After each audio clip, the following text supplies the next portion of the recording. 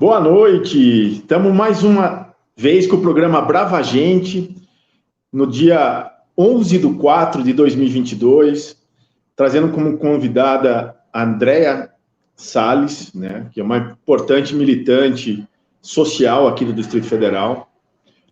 E o programa Brava Gente é um programa que está no canal Flauzino Antunes, que eu peço que vocês que estão nos assistindo curtam o programa, se inscreva no canal, dê aquele joinha, compartilhe para todos os seus amigos das redes sociais. E o programa Brava Gente tem como intuito trazer pessoas que fazem a diferença no Distrito Federal, em programas sociais, de cultura, de esporte, de política, enfim, de todas as áreas aqui do Distrito, que, de certa maneira, ficam invisíveis, não têm voz, enfim, na grande mídia, principalmente, né? Então, a gente tem aqui um programa aberto, um programa descontraído, um programa que busca dar essa voz para os convidados, né? E quem é a grande estrela do programa são os convidados que trazem o seu dia a dia, as suas lutas, as suas vitórias, enfim, para que a gente tenha um DF melhor, um DF diferente.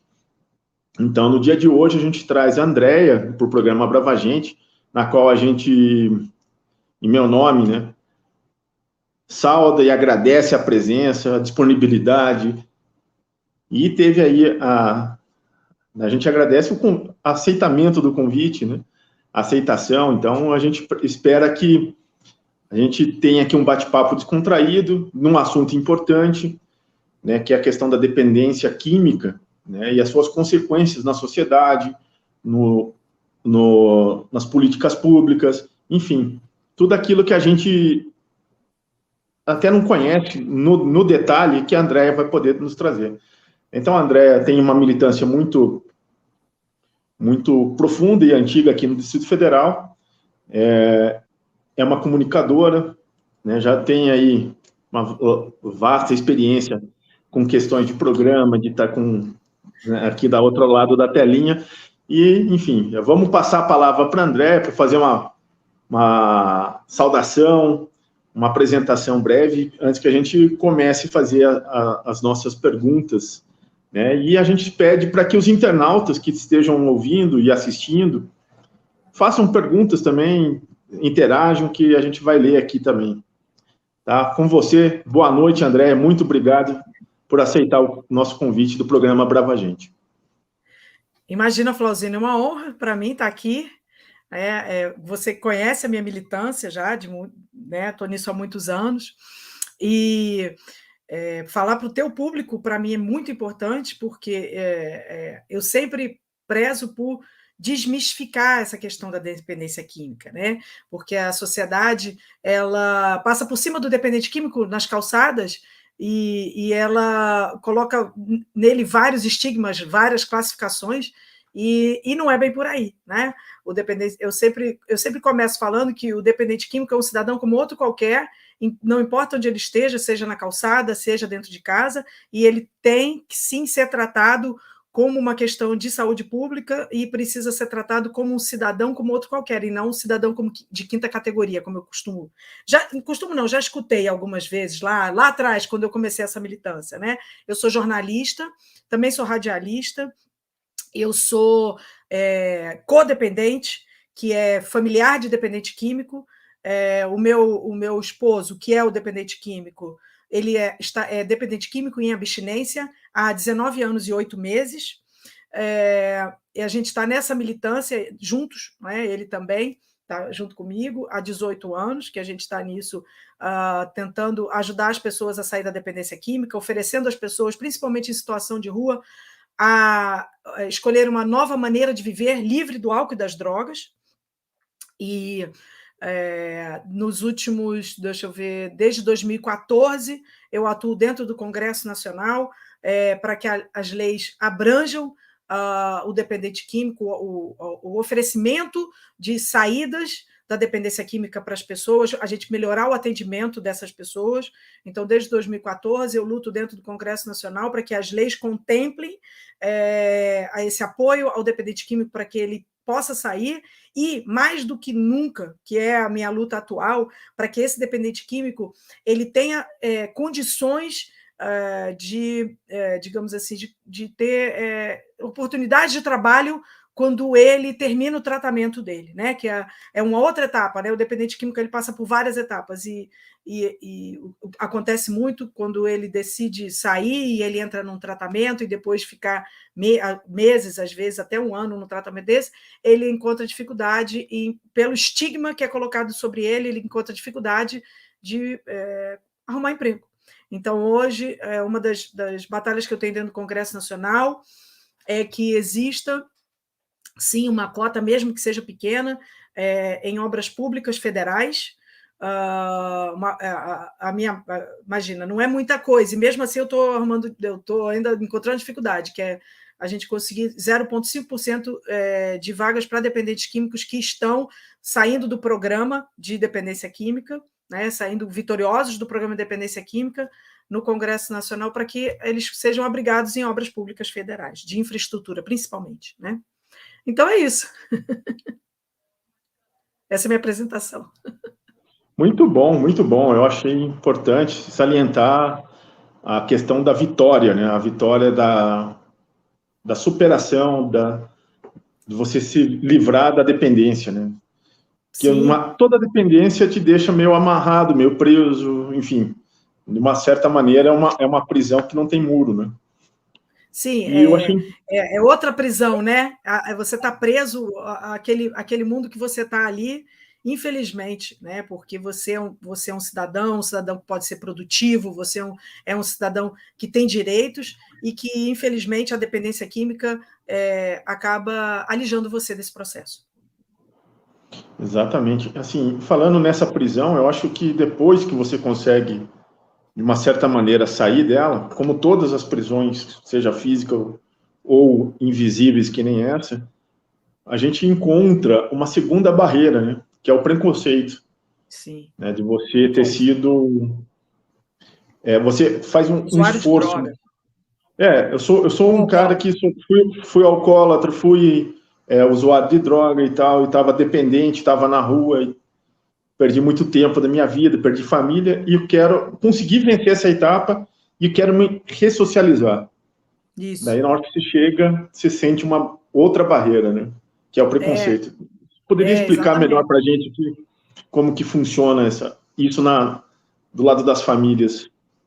Então, o que acontece, né? Isso as famílias também precisam desse amparo do sistema público, né? Porque as famílias também adoecem. Eu sou familiar de dependente químico, né? E então eu me auto-intitulo codependente, porque a dependência química ela causa isso no familiar ou no amigo, às vezes até em colegas assim de trabalho, às vezes você vê que tem umas pessoas que acabam ficando adoecidas pela dependência química do outro. Né? Então, aí eu sempre defendo 2 pilares. Né? Você tem que ter o apoio ao dependente químico e o apoio ao familiar do dependente químico. Por quê?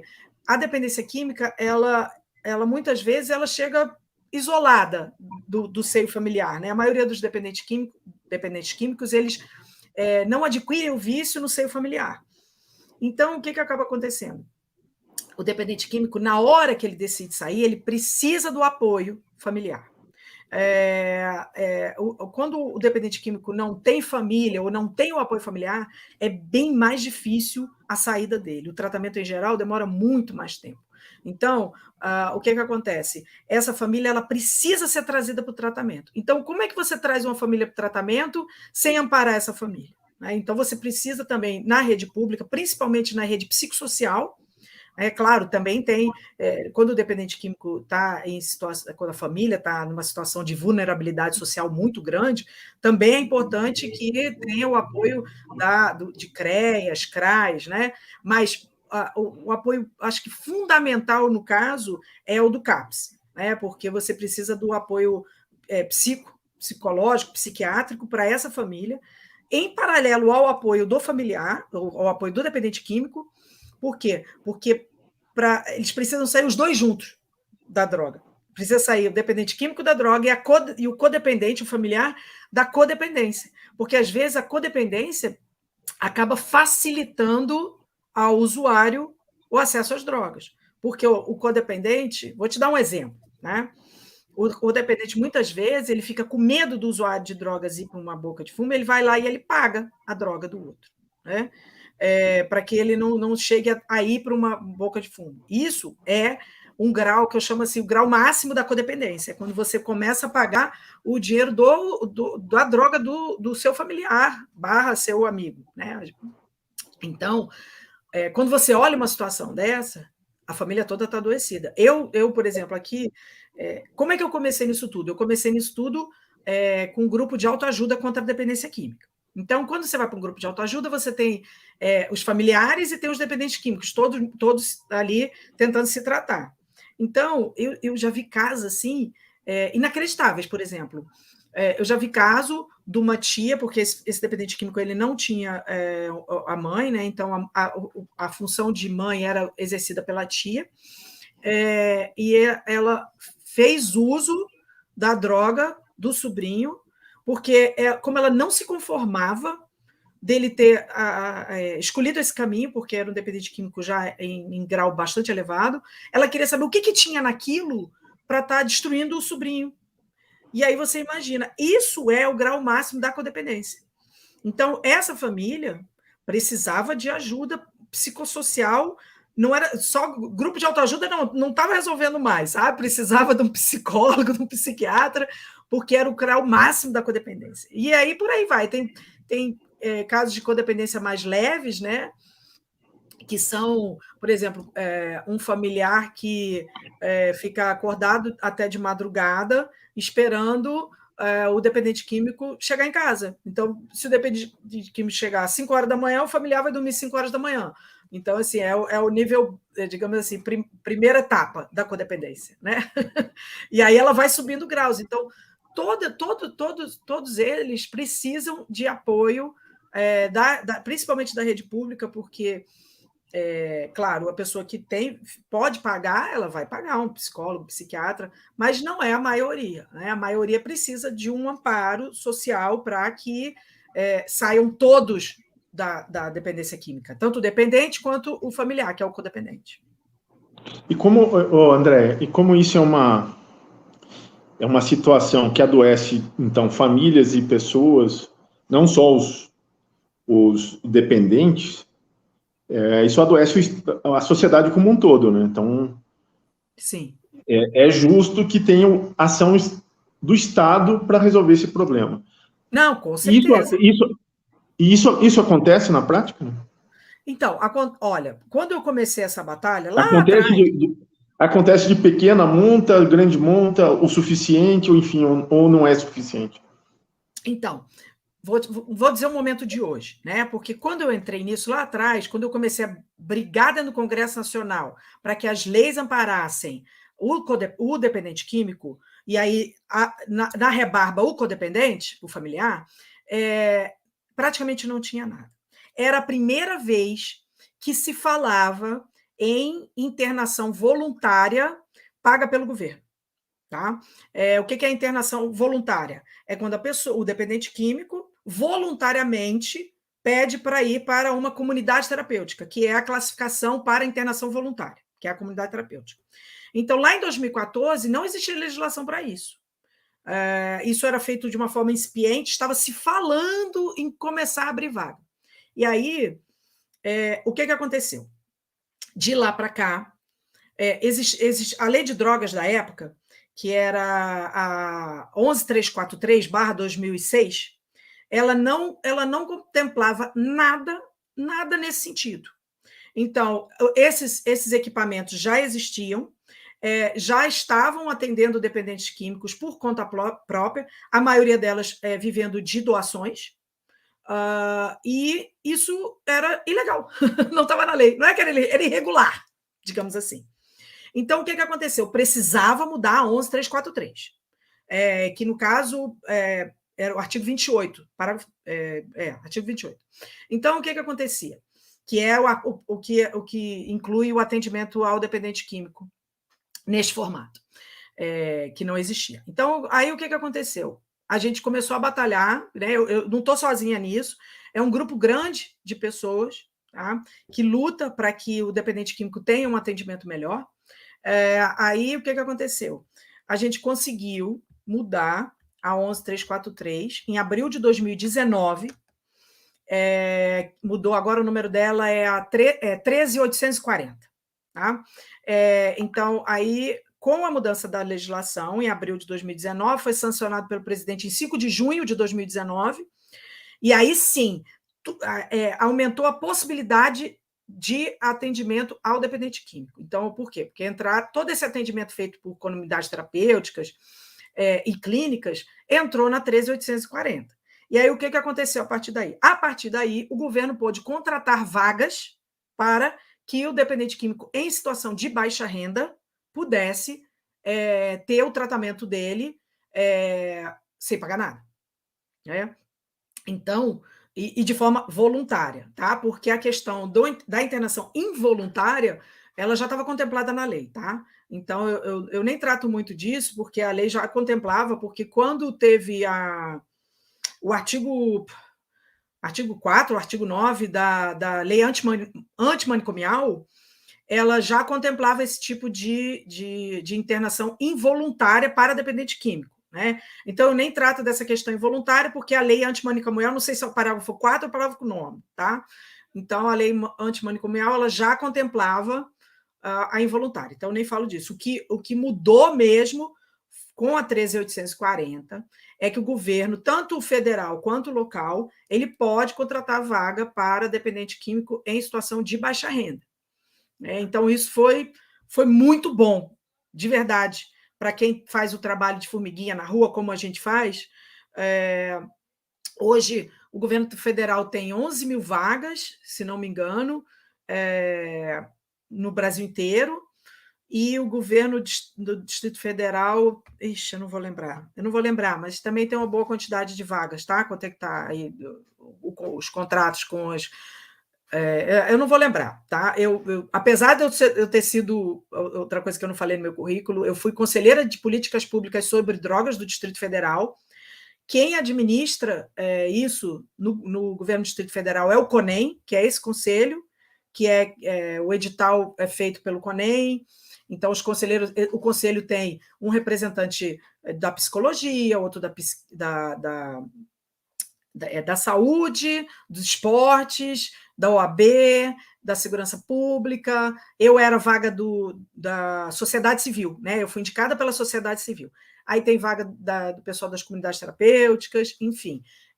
Esse grupo de pessoas foi quem decidiu no Distrito Federal e quem decide federalmente também aonde aplicar essa verba. A decisão é da sociedade, né? Porque o conselho tem um representante de cada um da sociedade. Né? Então, assim, melhorou muito, de verdade, de lá para cá. Né? Se eu pudesse então, dizer... em tornos monetários, é quanto? Então, aqui no DF... E no DF? Federal, não sei. Não, no DF, eu acho que a aplicabilidade, se não me engano, está em torno de 4 milhões. Ano. Para o ano todo, tá? São, se não me engano, 12 comunidades terapêuticas que oferecem vaga no Distrito Federal. São 12. Se não me engano, são 12. Né? E Porque você teve tem um edital, aí tem que se capacitar, aquelas coisas, né, de edital. E você tem alguma estimativa de quantos dependentes químicos a gente tem? A população de rua, ou, enfim, Então, que precisa desse tratamento público? O que acontece? A população de rua real, porque assim, tem a população flutuante, né? Aquela pessoa que vem durante a semana, aí fica na mendicância durante a semana, no final de semana vai para casa, que em geral, a última pesquisa que eu fiz sobre isso, veja só, a pesquisa muito assim, do grupo que eu lido, tá? Não é uma pesquisa e tal. A gente faz essas perguntas, vê de onde vem, aí anota de onde vem e tal, quem está atendendo. A gente recebe um contingente grande de população flutuante vindo de Santo Antônio Descoberto. Tá? Descoberto é forte em termos de população flutuante aqui. Então, chega no final de semana, essa população flutuante volta. Então, apesar da gente fazer o atendimento a essas pessoas, eles não são o nosso foco no trabalho de dependência química. Então, por conta da Covid, a gente acabou tendo um número dessa população de dependência química na rua, que foi de 900 pessoas. 900. Tá? Mas, veja bem, não são números oficiais, tá? Eu sei por quê? Porque eu estou na rua e eu sei quantas doses de Covid foram aplicadas e era especificamente para essa população. Tá? Não era a população flutuante, porque o cara da população flutuante está se vacinando em Santo Antônio Descoberto, por exemplo. Tá? O cara que está cadastrado como morador de rua, pessoa em situação de rua, tá? Porque a rua não é casa de ninguém. Eu sempre falo isso, tá? Nunca será, não deve ser, nunca será a casa de ninguém, sabe? Aquelas pessoas elas têm família e a nossa meta é trazê-las de volta para dentro da família, ou então dar a ela um caminho fora da rua, porque a rua não é casa de ninguém. E aí, então, a gente tem esse número, mais ou menos, veja, não é oficial, de 900 pessoas em dependência química, com dependência química em situação de rua. Você que trabalha com esse público diretamente e diariamente, você tem sentido que essa população tem aumentado nos últimos tempos? Então, a gente sentiu uma coisa diferente quando acabou a proibição. Porque o que acontece? Enquanto estava proibindo a aglomeração de até 100 pessoas, a gente não estava podendo fazer o trabalho, porque a gente atende muito mais. A gente atende 250, sabe? 200, atendia, né? Então, o que a gente sentiu? A gente sentiu, quando voltou o trabalho agora, no começo do ano, a gente sentiu que tinha muita gente diferente e famílias completas, sabe? Que é uma coisa estranha. A gente pegava, antes da pandemia, a gente pegava pouca família completa, né? Tipo, mãe, filho, marido, mulher, 2 filhos, marido, mulher, 3 filhos, né? Começou a aparecer esse público, tá? Mas muito na virada da Covid, assim, na virada das leis que liberaram, né? Das leis que liberou máscara, liberou 100 pessoas no mesmo lugar. Então, o que acontece? Agora não. Agora já meio que voltou ao ritmo normal, já é efetivamente a população de rua de novo, tá? Mas quando virou a Covid, tinha muita família na rua. Não estou vendo mais. Tem um mês, mais ou menos, eu não estou vendo mais famílias completas na rua. Mas isso é uma somatória de políticas públicas que retiraram essas pessoas, essas famílias de rua, né? Que seriam novos moradores, né? Eu não estou acompanhando. Eu acompanho todas as políticas ligadas a álcool e drogas, né? Uhum. Então, a política de CRAS, eu realmente não acompanho.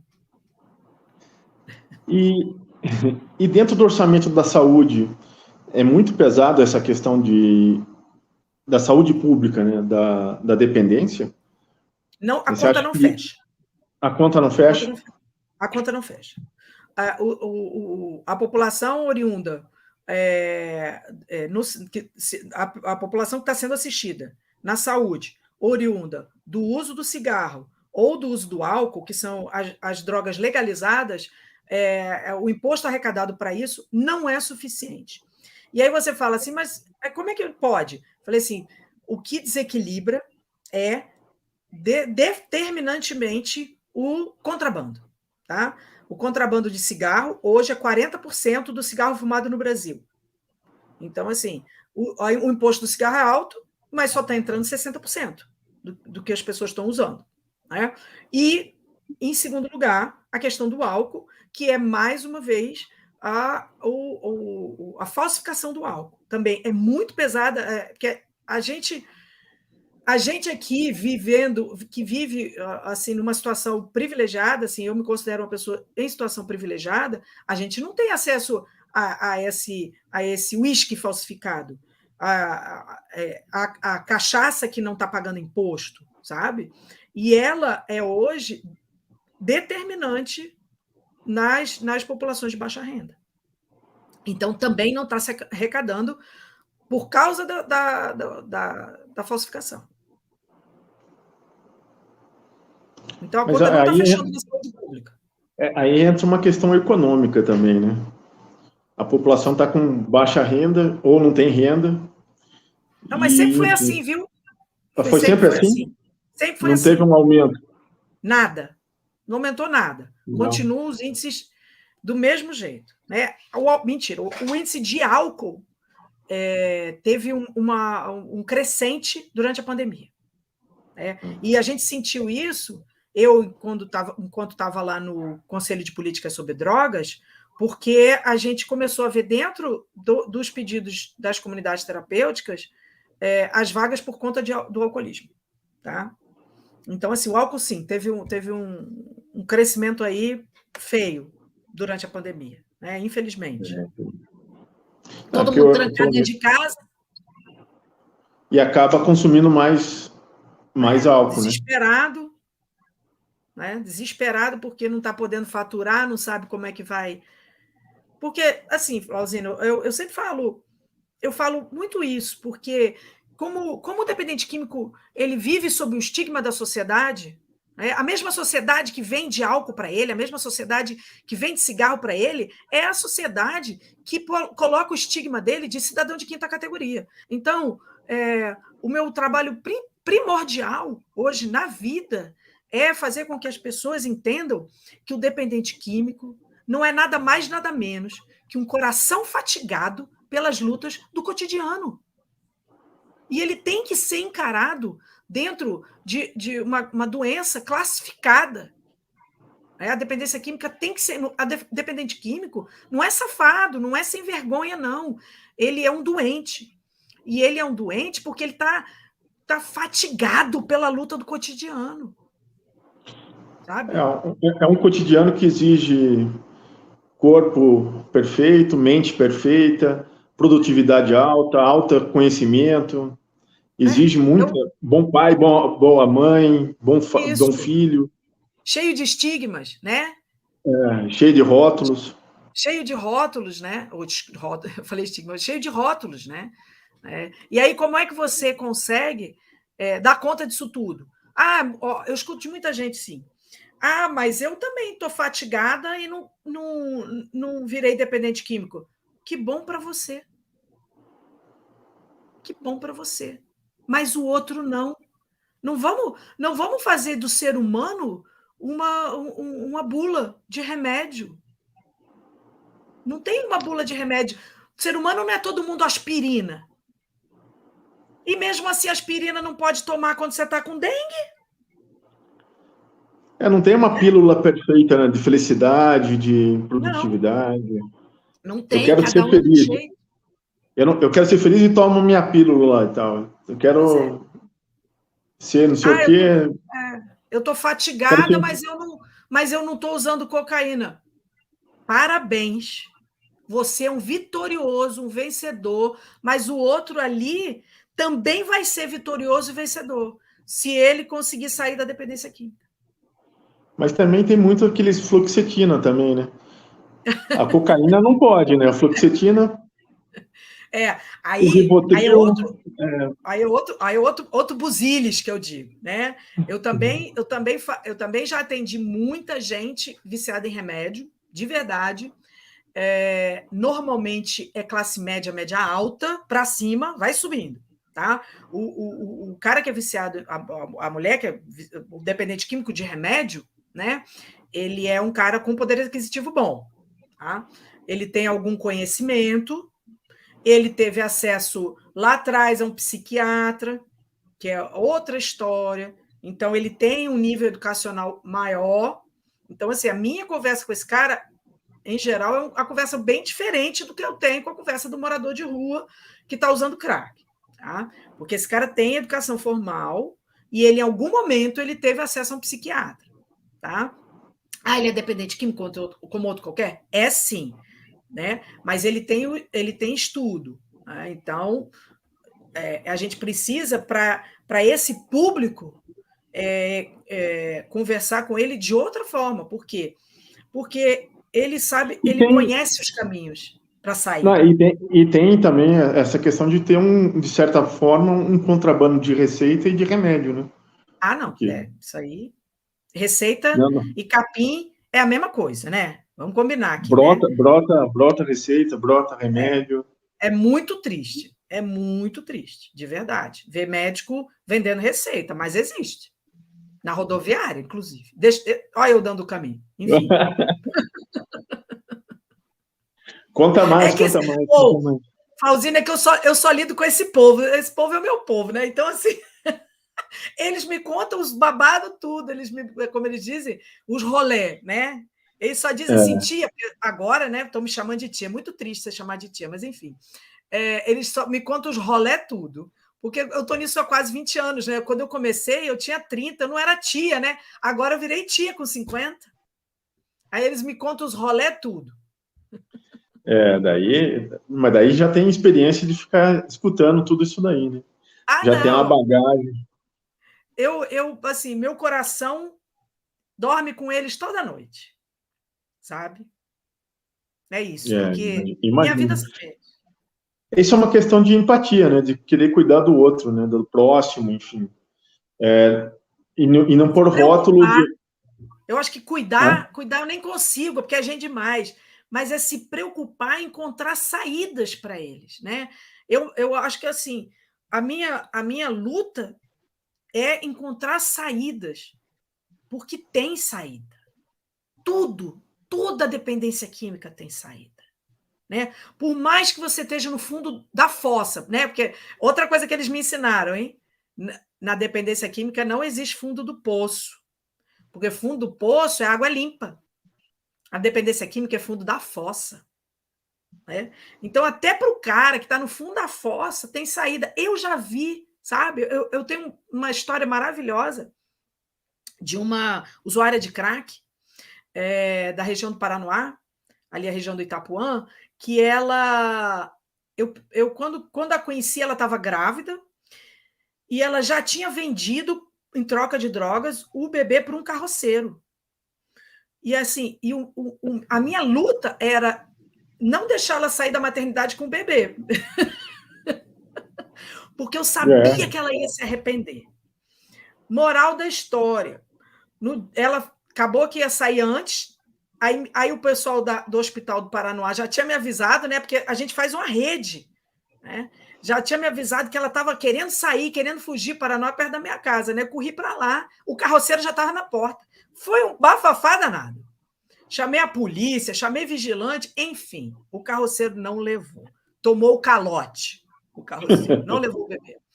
E aí, hoje, essa moça, ela saiu das drogas, ela levou uns 3 ou 4 anos para conseguir, aí a família foi cuidando do bebê, e hoje ela é uma mulher casada, já teve mais um filho depois desse, e tá lá, o bebê que ia, sabe Deus, o carroceiro fazer o que com ele, né?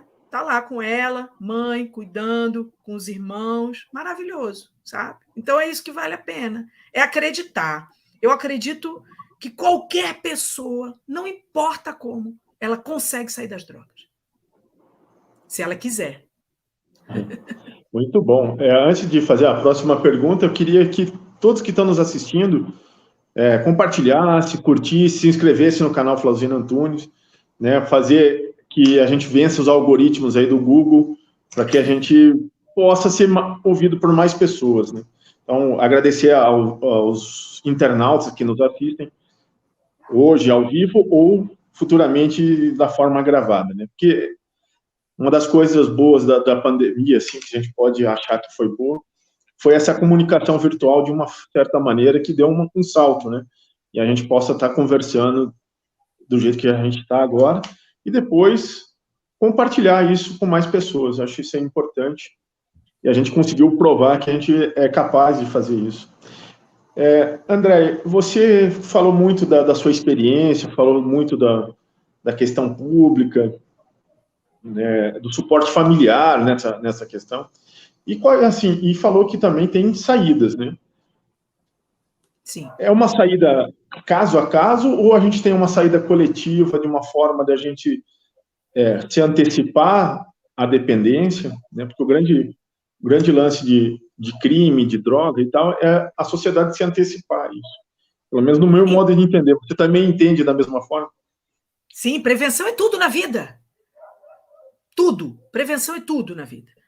Um trabalho que eu faço há poucos anos só, eu comecei em 2017, que é dar palestra em escola pública em região de vulnerabilidade. Tá?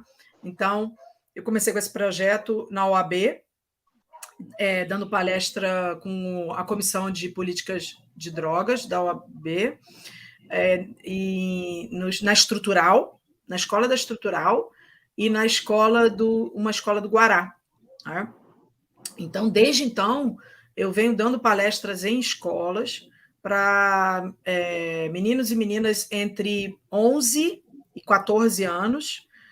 Na Escola do Guará é um pouquinho mais, até os 17, lá na Escola do Guará, mas em geral é de 11 a 14 anos, porque a prevenção é tudo. E olha, tem um modelo que, para mim, é o melhor modelo do mundo, que é o modelo da Islândia, de prevenção. Lá na Islândia, assim, a Islândia é uma ilha, né? Então, assim, tudo a gente ia ter que adaptar para o nosso tamanho continental. Mas uma ilha pequena, né? É uma ilha pequena. Mas eles estavam com problema de drogas absurdos. Mas você tem uma ilha pequena e você está com um problema absurdo de drogas. E aí eu tive uma reunião no Senado em que estavam presentes os responsáveis pelo Youth alguma coisa lá na Islândia, esqueci. Depois eu vejo certinho.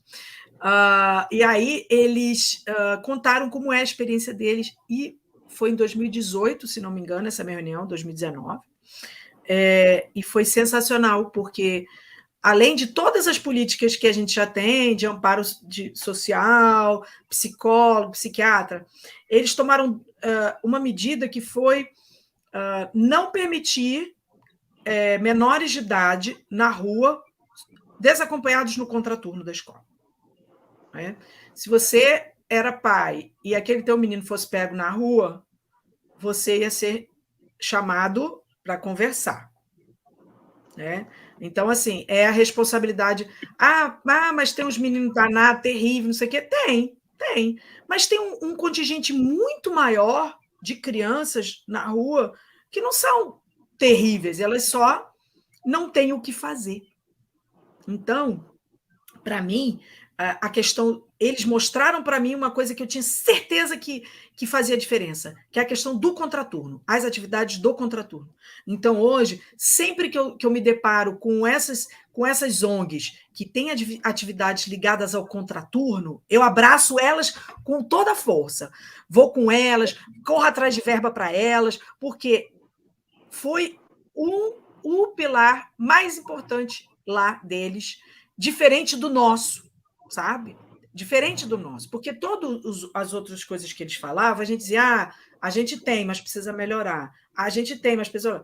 Mas a responsabilidade do pátrio poder no contraturno da escola, a gente não tem. Sabe? A gente não tem. Então... A gente quase não tem escola, nem creche, né? Pois é, então, assim, a gente está nesse ponto, que é a questão da educação, a gente precisa comer... Andar muita farinha ainda para fazer esse pirão deles, sabe? Mas, enfim. E uma outra coisa que não precisa de governo, não precisa de nada, e que eu adorei que eles estimulavam as famílias a fazer. A família ter uma refeição por dia junto. Não importa qual. É um pão com manteiga? Tá, mas o pão com manteiga de todos os integrantes da família ao mesmo tempo. Sabe?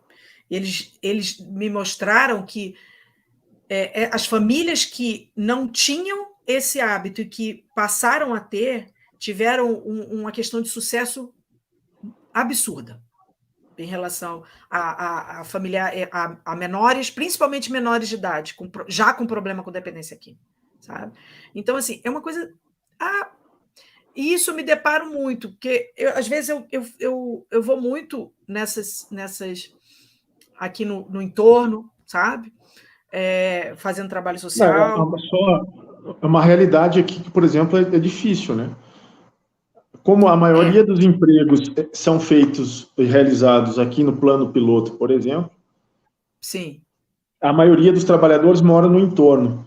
Tem que sair, sim, levantar 5 horas da manhã para pegar 2, 3 horas de condução, para chegar às 8 no trabalho, sair isso. às 6 para chegar quase 9 da noite, né? Você acaba não tendo uma Pois é, convivência eu, familiar eu, e não eu tem me creche deparei com isso. suficiente nem para pôr a criança, ou pelo menos quando consegue, é um turno só, né? Então, É, os familiares, né? Pais e mães, né? Que aham. tem, não vou O que colocar isso só na acontece? Eu me responsabilidade da deparei mãe, com mas isso.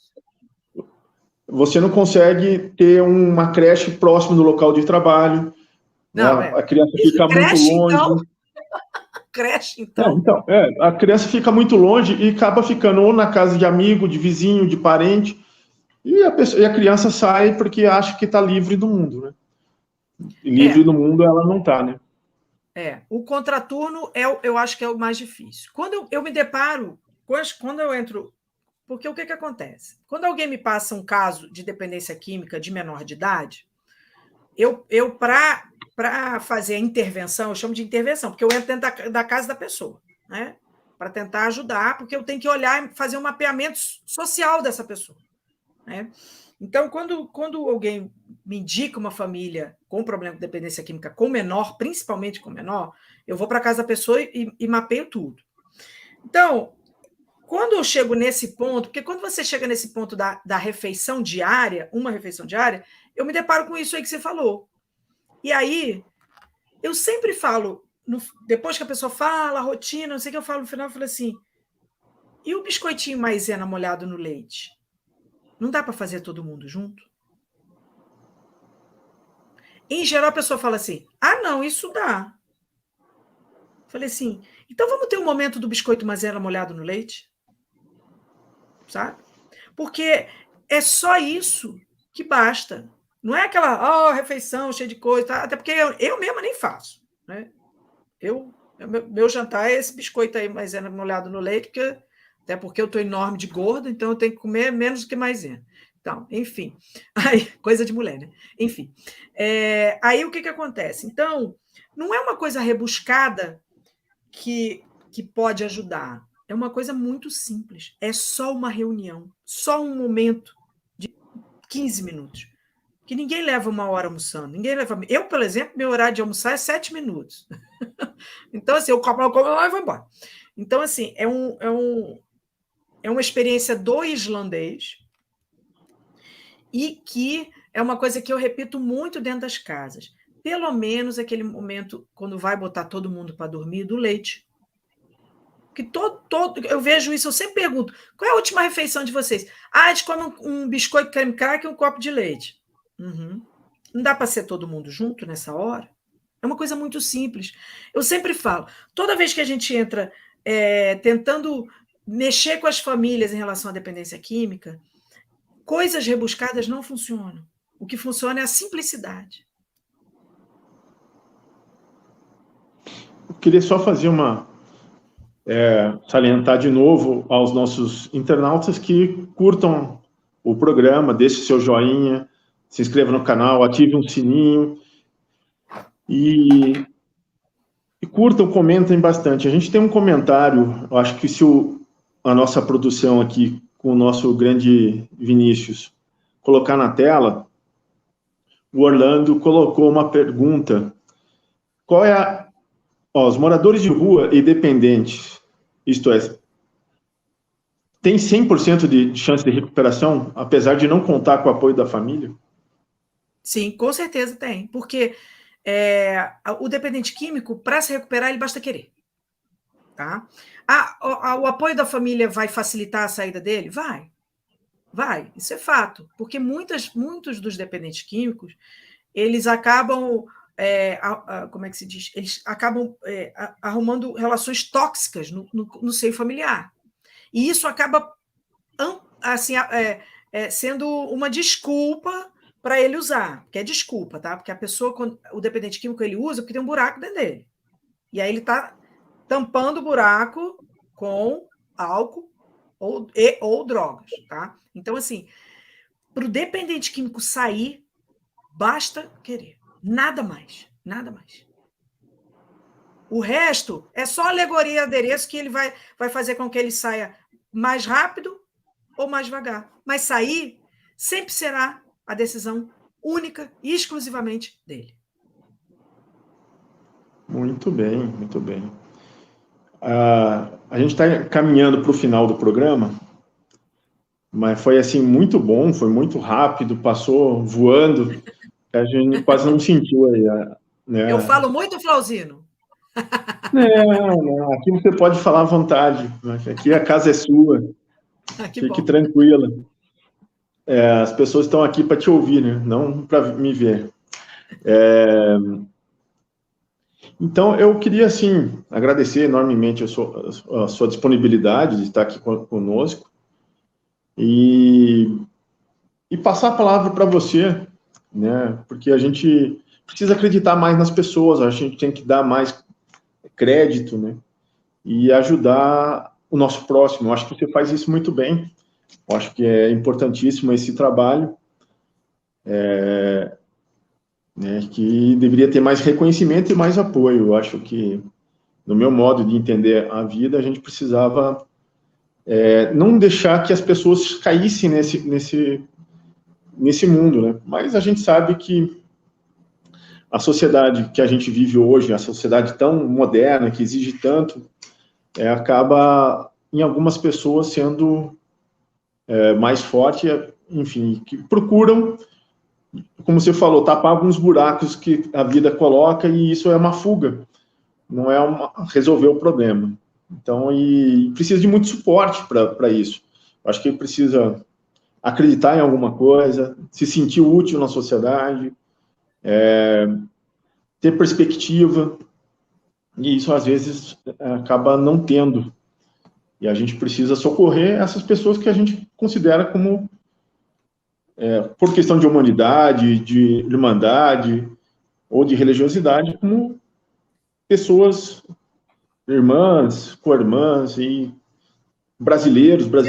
Então, ser humano, ser humano. Ser humano, basta tratar como ser humano, de primeira categoria, não é de quinta.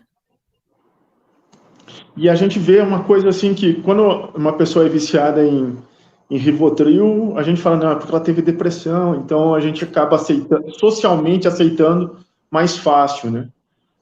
Mas, aceita só até a pessoa dar PT, viu? Mas então, na hora que começa a dar problema demais, acaba caindo na mesma vala. Então, a gente precisa recuperar as pessoas. Eu acredito muito que as pessoas são recuperáveis, entre aspas, né? A gente tem que sempre acreditar. Então, eu vou deixar a palavra final contigo, antes que eu fique falando mais do que você. Se deixar, também fico falando, né? Mas dê aí suas últimas contribuições, as coisas que você ainda não falou e queira falar, deixar um recado aí para a galera que está nos assistindo. Eu queria deixar uma pensata para as pessoas pensarem agora no final, sabe? Quando você vê um dependente químico em situação de rua, já está magro, está sujo, na maioria das vezes está sem sapato, ou está com uma havaiana rasgada, e deitado no chão, né? Pedindo, às vezes fazendo pequenos furtos. Tá? Então, o que eu queria que as pessoas pensassem é o seguinte: quando olhar para uma pessoa dessa e imaginar o que aquela pessoa passou para chegar ali, sabe? Não julgar pelo visual, fazer a cabeça pensar no tanto de dificuldade que levou aquela pessoa para aquela situação, sabe? No tanto de que... porque eu sempre falo, a droga, ela é uma consequência. Ela não é ela é um fato, a pessoa está usando, mas ela é consequência de algo que ficou lá atrás, mal resolvido, mal solucionado, e que está doendo, sabe?